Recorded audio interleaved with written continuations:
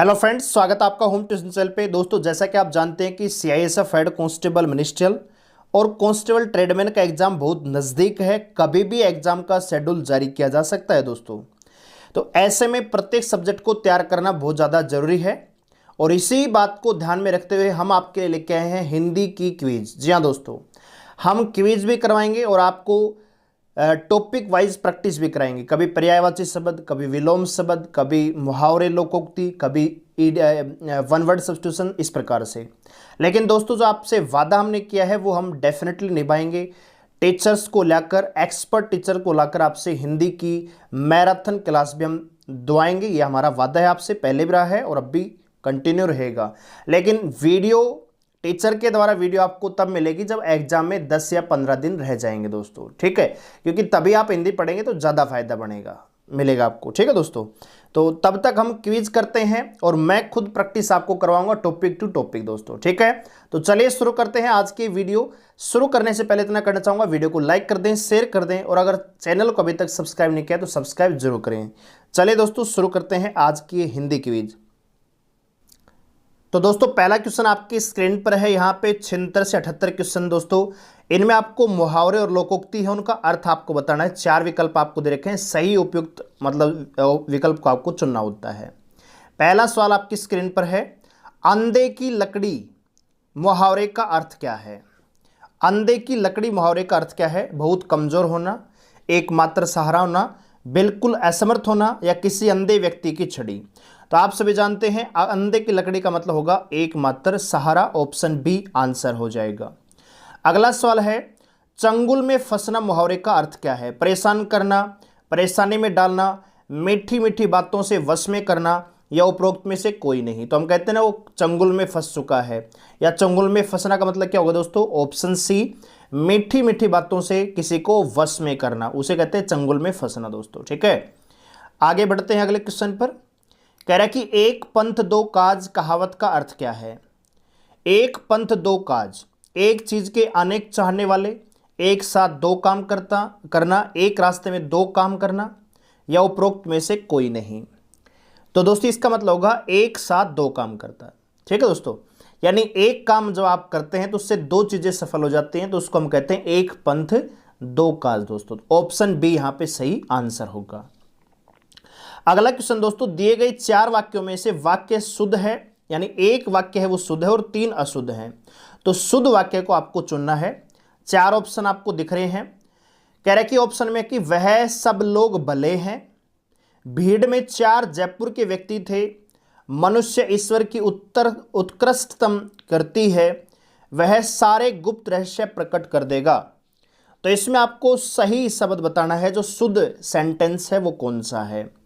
तो दोस्तों, सही आंसर होगा यहाँ पे ऑप्शन सी, मनुष्य ईश्वर की उत्कृष्टतम करती है। दोस्तों, इस सेंटेंस में कोई भी त्रुटि नहीं है, इसलिए ऑप्शन सी ही आपका आंसर होगा, ठीक है। अगला सवाल है, यहां भी आपको त्रुटि बतानी है। कह रहा कि राम को अनुत्तीर्ण होने की आशंका है, राम को अनुत्तीर्ण होने का शक है, या जंगल में प्रातःकाल के समय बहुत सुहावना दृश्य होता है, मेरे से मत पूछो। तो यहां पे आपको बताना है कि यहां पे कौन सा वाक्य शुद्ध है, बताइए दोस्तों।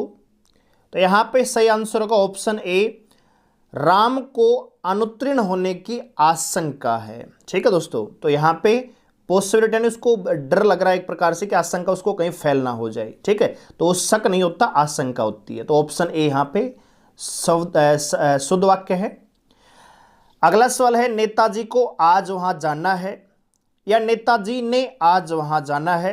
आज वहां नेताजी ने जाना है, यहां वह आज नेताजी ने जाना है। तो कौन सा वाक्य यहां पे शुद्ध है दोस्तों, ये आपको बताना है। तो आप सभी जानते हैं ऑप्शन ए यहां पे सही आंसर हो जाएगा, नेताजी को आज वहां जाना है। अगला सवाल दोस्तों, यहां पे 4 ऑप्शन दे रखे हैं और एक करेक्ट स्पेल्ट आपको बताना है, जिसे हिंदी में शुद्ध वर्तनी कहा जाता है दोस्तों, ठीक है। यहां पे बताना है कि कौन सा यहां पे शब्द है वो वर्तनी में बिल्कुल करेक्ट है, जिसे इंग्लिश में हम करेक्ट स्पेल्ट कहते हैं, वैसे ही हिंदी में वर्तनी आपसे पूछी जाती है दोस्तों। तो यहां पे जो शुद्ध शब्द है वो है ऑप्शन बी, दर्शनाभिलाषी उसे कहा जाता है। यानी ध्यान देने वाली बात यह है, जो स है ये षटकोण वाला आता है, ना कि ये सलेट वाला और ना ही ये सलगम वाला, ठीक है। बाकी तो सभी में यह दर्शन भिलासी नहीं होता, दर्शनाभिलाषी होता है, ठीक है। तो ऑप्शन बी यहां पे क्या होगा दोस्तों, करेक्ट आंसर होगा। अगला क्वेश्चन देख लीजिए, यहां पे आपसे पूछा है आयोजित, तो यहां पे आयोजित है, यहां पे आयोजित है, यहां भी आयोजित है, यहां भी आयोजित है, लेकिन आपको ध्यान ये देना है कि आयोजित में जी की मात्रा बड़ी होती है या छोटी होती है, ये आपको देखना होता है। तो उस हिसाब से अगर करेक्ट स्पेल्ड को हम देखें, वर्तनी को देखा जाए, तो ऑप्शन सी यहां पे क्या है, बिल्कुल सही है, जी की मात्रा बड़ी नहीं होती है दोस्तों, ठीक है। और यहां पे आयोजित है, तो ये तो वैसे गलत हो गया, ये भी गलत हो गया, ठीक है दोस्तों। चलिए आगे बढ़ते हैं अगले क्वेश्चन पर। कह रहा है कि दिए गए प्रत्येक वाक्यांश के लिए एक शब्द बताना है, यानी जिसे हम वन वर्ड सब्स्टिट्यूशन कहते हैं। सेंटेंस दे रखा और उसके लिए एक शब्द जो कि उचित है उसका चुनाव आपको करना है। सवाल है, जिसकी पत्नी मर गई हो उसे क्या कहा जाता है। तो दोस्तों जिसका पति मर जाता है उसे हम विधवा कहते हैं, जबकि जिसकी पत्नी मर गई हो उस पुरुष को विदुर कहा जाता है। ऑप्शन सी सही आंसर हो जाएगा, ठीक है दोस्तों। यहां पे भी आपको वर्तनी का ध्यान रखना है, दो वाला ये दै धनुष वाला आएगा, ना कि दैदवात वाला, ये आपका आंसर नहीं होगा, ऑप्शन सी आपका आंसर होगा, ठीक है। तो इस बात का भी आपको ध्यान रखना है कि वर्तनी सही है या नहीं है। अगला सवाल है, जो किसी धर्म या व्यक्ति में आस्था ना रखता हो उसे क्या कहते हैं। क्या निशांत कहते हैं, धर्मनिरपेक्ष, धर्मभीरू या नास्तिक। जो किसी धर्म या व्यक्ति में आस्था ही ना रखता हो उसे हम दोस्तों कहते हैं धर्मनिरपेक्ष, ठीक है दोस्तों। और जो भगवान के अस्तित्व पर विश्वास ना करता हो उसे हम नास्तिक कहते हैं। जिसको भगवान पे भरोसा ना हो नास्तिक होता है, लेकिन जो धर्म और व्यक्ति में आस्था ना रखता उसको क्या कहते हैं दोस्तों, धर्मनिरपेक्ष। ऑप्शन बी यहां पे करेक्ट आंसर होगा।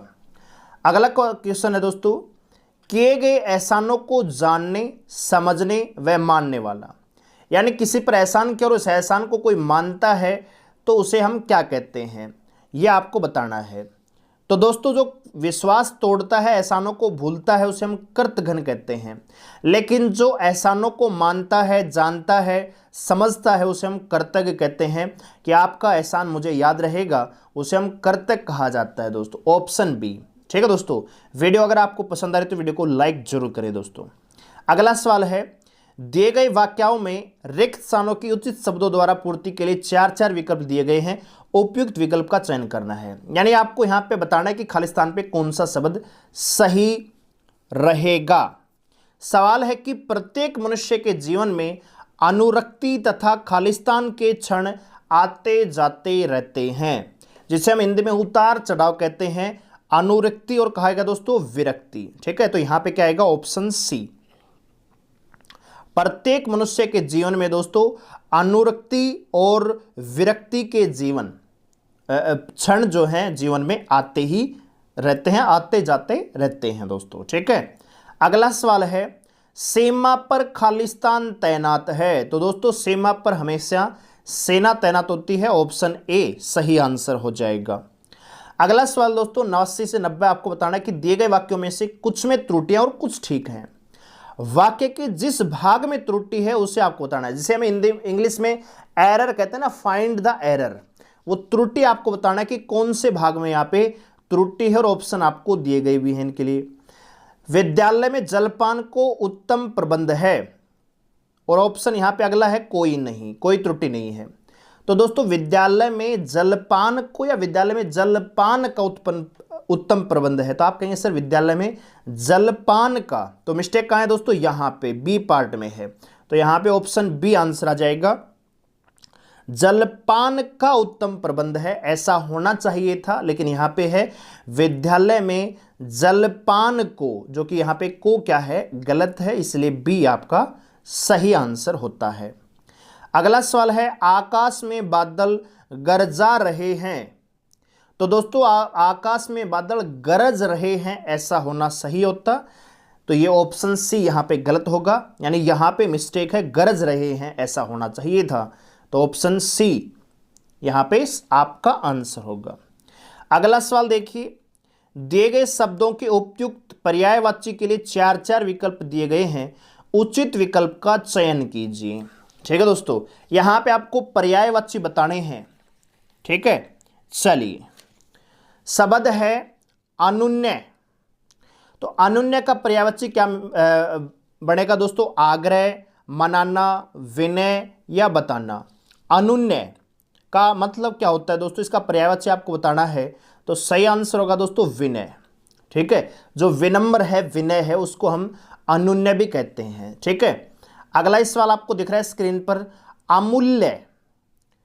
अमूल्य का पर्यायवाची शब्द आपको बताना है, तो आप सभी जानते हैं अमूल्य का क्या बन जाएगा दोस्तों? अनमोल बन जाएगा। जो अनमोल है वही क्या है दोस्तों? अमूल्य है। अगला सवाल है, हौसला शब्द का विलोम शब्द क्या होगा? हौसले शब्द का विलोम यहां पे बताना है, अपोजिट वर्ड। तो हौसले का क्या बनेगा दोस्तों? हताशा, उत्साह, इच्छा या संकल्प। तो दोस्तों हौसला है वो पॉजिटिव में होता है, और हताशा क्या होती है दोस्तों? नेगेटिव होती है। अगला सवाल दोस्तों, संवाद शब्द में कौन सा उपसर्ग है? दोस्तों उपसर्ग शब्द वे होते हैं जो किसी शब्द से पहले लगते हैं। तो संवाद शब्द में कौन सा उपसर्ग है? तो दोस्तों सही आंसर होगा यहां पे ऑप्शन बी, सम। ऑप्शन बी, संवाद। ठीक है दोस्तों, संवाद होता है ये, ऑप्शन बी यहां पे आंसर होगा। अगला सवाल दोस्तों, जागृति शब्द में कौन सा प्रत्यय है? प्रत्यय वे होते हैं जो किसी शब्द के पीछे लगकर उसके अर्थ को बदल देते हैं। ठीक है, तो यहां पे जागृति शब्द में प्रत्यय बताइए। तो यहां आंसर आएगा ऑप्शन बी, जागृति शब्द में ती जो है प्रत्यय है दोस्तों। ठीक है, 96 नंबर क्वेश्चन है, कह रहा है कि निम्नलिखित में से कौन सा संधि विच्छेद सही है? क्या उपेंद्र का संधि विच्छेद उप प्लस इंद्र बनेगा, देव प्लस ईश, या चंद्र प्लस उदय, या ये सभी? तो दोस्तों उपेंद्र का संधि विच्छेद यही होता है, उप प्लस में इंद्र। देवेश का शब्द जो संधि विच्छेद है वो यही होता है, देव प्लस में ईश, क्योंकि ई से एक की मात्रा बनती है। ठीक है, व्यंजन और स्वर मिलके एक की मात्रा चढ़ाते हैं, यहां पे बड़ा स्वर बनता है। ठीक है, चंद्र प्लस उदय, चंद्रोदय उसे कहा जाता है। तो यहां पे करेक्ट आंसर आएगा ऑप्शन डी। ये सारी की सारी संधि विच्छेद बिल्कुल सही है दोस्तों। अगला सवाल है, निर्जन का संधि विच्छेद क्या होगा? तो दोस्तों निर्जन या निर्धन, ठीक है, निर्मल, तो यहां पे नि के साथ ये दो बिंदु आते हैं। ठीक है, तो ऑप्शन डी यहां पे सही आंसर हो जाता है। ठीक है, क्योंकि नि प्लस में धन करोगे निर्धन हो जाएगा, निहि प्लस में जन करोगे तो निर्जन हो जाएगा, निहि प्लस में बल करोगे तो निर्बल हो जाएगा। ठीक है दोस्तों, तो ये रैक की जो मात्रा हमेशा ये दो बिंदु होते हैं, ऑप्शन डी आंसर होगा।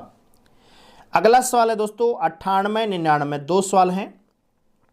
इनमें आपको बताना है कि समास कौन सा है। आप बीती में कौन सा समास है? द्विगु है, तत्पुरुष है, द्वंद्व है, या अवयवी भाव है? बताइए दोस्तों। तो आप बीती अपने आप है जो बीती, इसका मतलब ये होता है दोस्तों। तो ऑप्शन सी सही आंसर होगा दोस्तों। आप बीती का एक्चुअल मतलब होता है दोस्तों जो आपने अपने आंखों देखी है, आपके साथ जो बीती उसे कहा जाता है। लेकिन आप बीती का मतलब होता है अपने साथ जो बीती, अपने आप जो बीती है। ऑप्शन सी यहां पे आंसर होगा। अगला सवाल है, दानवीर शब्द में कौन सा समास है? ठीक है, दानवीर, दान करने वाला जो वीर है, तो ऑप्शन डी यहां पे आंसर आएगा। ठीक है, तत्पुरुष यहीं पे होगा दोस्तों, तत्पुरुष। ठीक है, किसी व्यक्ति विशेष को अगर ध्यान में रख के कोई शब्द कहा जाता है उसे हम भावब्री कहते हैं। जैसे गजानंद है, नीलकंठ है शिव जी के लिए। ठीक है दोस्तों, तो इस प्रकार के जो दशानंद रावण के लिए, सारे के सारे क्या हैं? भावब्री हैं। द्वंद्व होता है धीरे धीरे, आगे पीछे, जिसमें पैर होता है।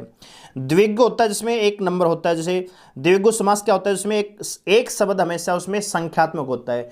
त्रिभुज, चतुर्भुज।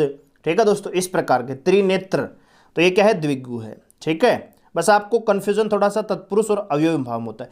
अवयवी भाव में भी एक जो भाग है वो अवयव होता है। ठीक है, चलिए आखिरी क्वेश्चन लेते हैं दोस्तों। दुकाल में उपसर्ग कौन सा है?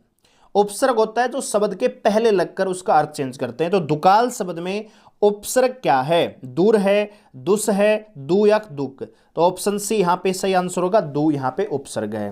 ठीक है दोस्तों, तो ये था हमारा आज का Hindi quiz special CISF head constable ministerial के दोस्तों। आपको ये कैसा लगा और यहाँ पे 25 में से आपको कितने सवाल आते थे, ये भी आप हमें कमेंट करके ज़रूर बताएं दोस्तों। और वीडियो को लाइक करें, शेयर करें और चैनल को सब्सक्राइब करें। ठीक है, तो मिलते हैं अगले क्विज में, तब तक के लिए धन्यवाद।